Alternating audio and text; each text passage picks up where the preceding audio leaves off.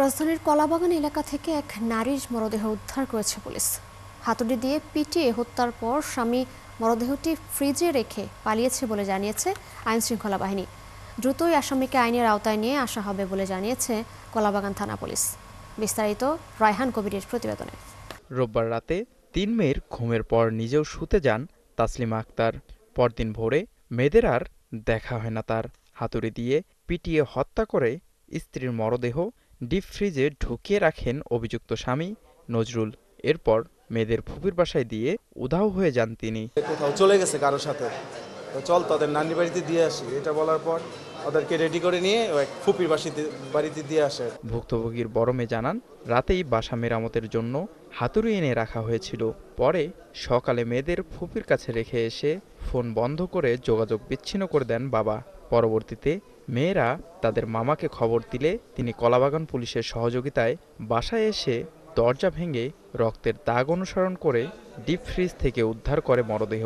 মেয়ের দাবি, প্রায় মাকে মারধর করত অভিযুক্ত বাবা। মামারা আসে, আয়শা আমাদের ফুপির বাসা থেকে নিয়ে আসে, ওখান থেকে আমরা থানায় জিডি করি।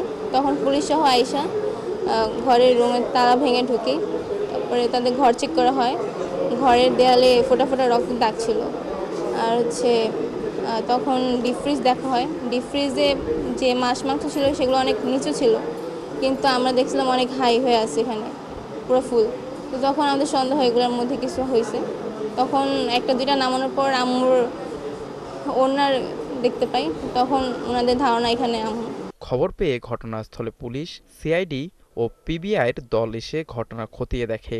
তদন্ত এরই মধ্যে শুরু হয়ে গেছে বলে দাবি করে কলাবাগান থানার ওসি জানান, দ্রুতই আসামিকে আইনের আওতায় নিয়ে আসা হবে। প্রাথমিকভাবে মনে হচ্ছে যে এটা হাজব্যান্ড ওয়াইফের পারিবারিক দ্বন্দ্ব ছিল, সেই দ্বন্দ্ব থেকেই এই হত্যাকাণ্ড। পলাতক নজরুলের দ্রুত গ্রেপ্তার ও সর্বোচ্চ শাস্তির দাবি করেছেন নিহতের স্বজনরা।